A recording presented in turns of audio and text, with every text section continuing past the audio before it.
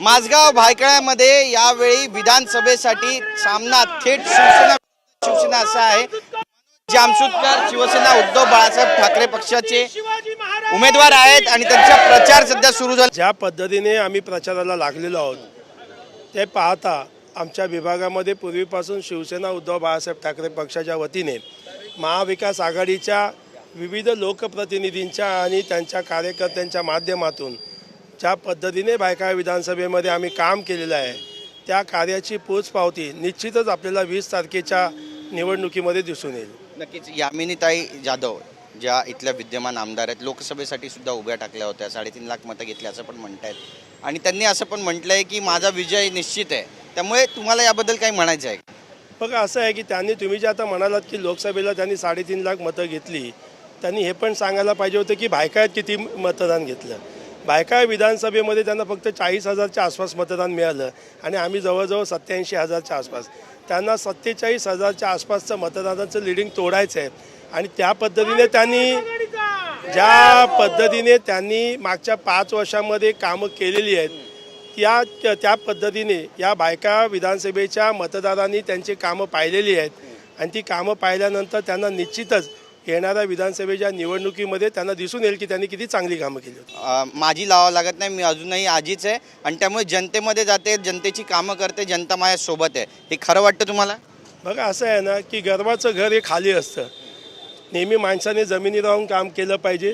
लोकप्रतिनिधी म्हणून जेव्हा आपल्याला निवडून देतात 5 वर्षाकरता, मग तो नगरसेवक असेल, आमदार असेल, खासदार असेल, जो कोणी आहे, त्यांनी जमिनीवर राहून तळागाळातल्या लोकांची कामं केली पाहिजेत, त्यांनी सुचवलेली कामं केली पाहिजेत, त्यांना वेळ दिला पाहिजे, त्यांना 4-4 तास घराच्या बाहेर उभं ठेवलं नाही पाहिजे, त्यांना 5 वर्ष काम करायची नाही आणि फक्त निवडणुका आल्या की मग वेगवेगळी आमिष दाखवून त्यांना त्या मन जिंकण्याचा प्रयत्न करायचा, कधी भावनिक आव्हानं करायची। ते ह्या सगळ्या गोष्टी आता लोकांना कळून चुकलेल्या आहेत। त्यामुळे भायखळा विधानसभेतला मतदार हा चांगला आता जागा झालेला आहे आणि एक प्रकारची मागच्या 5 वर्षातली जी काही चीड आहे ती या मतदानातून आपल्याला बघायला मिळेल। तिरंगी लढत आहे, दुरंगी लढत आहे, एकतर्फा आहे, काय वाटतं?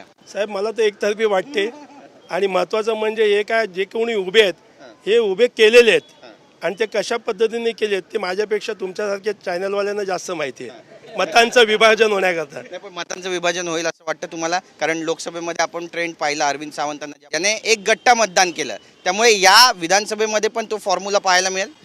बघा एक निश्चितपणे तुम्हाला सांगू इच्छितो की लोक आता जागृत झालेली आहेत, लोकांना कळतं कोणी कसे मतदार विभागण्यासाठी जे उमेदवार उभे केलेले आहेत आणि त्याच्यामुळे जनतेला सगळ्यांना माहिती आहेत हे उभे कुणी केलेले आहेत, कशाच्या जीवावरती हे अपक्ष उमेदवार उभे झालेत किंवा कुठल्या पक्षाचे जबरदस्ती उभे झालेत, त्यांना उभे करण्यात आलेलं आहे। प्रत्येक माणसाला निवडणुकीला उभा राहण्याचा पूर्णपणे अधिकार आहे, तो निश्चितपणे आहे, परंतु जाणून बुजून एक विशिष्ट हेतू ठेवून ज्या वेळेला कुणाला उभं केलं जातं मतांच्या विभाजनासाठी त्यावेळेला मतदार राजा हा जागरूकपणे पाहत असतो की याच्या मागचं उद्दिष्ट काय आणि त्यामुळे ज्यांनी काही चुकीचे मनसुबे बघितलेले आहेत त्यांना त्यांचे मनसुबे दिसतील। बघा एक गोष्ट लक्षात ठेवा की मागे 2012 ते 2017मध्ये मी 5 वर्ष नगरसेवक होतो।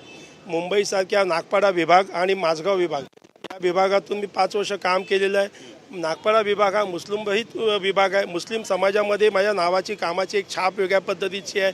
उरलेलं 20% 10% जे काय ते राजकारणामध्ये ठीक आहे, परंतु ते देखील राजकारण तळागाळातल्या लोकांना अडचणीचं होईल। जे कोणी आमच्यातून फुटून गेले त्यांना आमचे शिवसैनिक तर धडा देतीलच, पण ह्या भायखळा विधानसभेतली लोक देखील त्यांना धडा शिकवणार आहेत। ते धडा शिकवणार, पण यामिनीताई वारंवार म्हणतात की बाळासाहेबांच्या विचाराचे खरे वारसदार आम्ही आहोत, आम्ही त्यांची शिवसेना पुढे घेऊन जातोय। आता मला तुम्ही बोलायला लावता म्हणून सांगतो, बाळासाहेबांचे खरे वारसदार ते जर म्हणत असतील तर त्याच बाळासाहेबांच्या पक्षाच्या नावाने असलेली शाखा बळकावताना त्यांना थोडंसं देखील विचार वाटलं नाही। ज्यांनी मोठं केलं ठीक आहे, पक्ष बदलतात जातात तो भाग वेगळा असतो, त्यांचे काय होते विषय जे काय त्यांच्यात चौकशा चालू होत्या म्हणून त्यांनी ते उद्योग केले, जे काय तुम्हाला माहिती आहे ईडी CID आणखी काय काय असेल त्यांचं इन्कम टॅक्स वगैरे। पण एक आहे तुम्हाला सांगू इच्छितो, ज्या पक्षाने विविध स्तरावरती काम करण्याची त्यांना संधी दिली आणि मोठं केलं त्याच पक्षाच्या नावाची असलेली शाखा बळकावणं किंवा त्या नेत्यांचे फोटो काढणं, ही जी चीड आहे आमच्या शिवसैनिकांना आणि या भायखळ्यातल्या जनतेला, सर्व जाती धर्माच्या लोकांना चीड आहे की ज्यांनी मोठं केलं त्यांचे फोटो काढले, त्यांची जागा बळकावली, त्यामुळे निश्चितपणे त्याचा हिशोब या निवडणुकीमध्ये जनता त्यांच्याकडून घेणार आहे। शेवटचा प्रश्न आहे, किती हजार मताधिक्याने तुमचा विजय होईल, किती हजाराची लीड घ्याल जामसुदकर साहेब? एवढं चांगलं रहस्य आणि गुपित आहे ना की तुम्हाला मी बोलू इच्छित नाही, ते त्याच्यानंतर मला असं वाटतं की नंतर कुणीतरी शॉक घेऊ नये एवढं मोठं मताधिक्य असेल. नक्कीच म्हणजे विजयाचा विश्वास आहे. 200% निवडून आल्यावर काय कराल जनतेसाठी? जनतेसाठी ज्या पद्धतीने आम्ही मागच्या 10, 12, 13 वर्षामध्ये काम करतो आणि शिवसेना पक्ष हा नेहमी जागृत असलेला पक्ष आहे आणि ह्या पक्षाच्या माध्यमातून जी कामं आम्हाला कराविषयी वाटतात जनतेच्या हिताची ती निश्चितपणे आम्ही चांगल्या पद्धतीने करू. आणि नागरिकांना जे मागच्या 5 वर्षात आमदारांकडून कामं पाहिजे होती ती काही झालेली नाही आहेत, ती परिपूर्ण चांगली कामं आम्ही करून लक्षात राहील अशा पद्धतीचं ठळक ठसा ठेवलेली कामं आम्ही करू.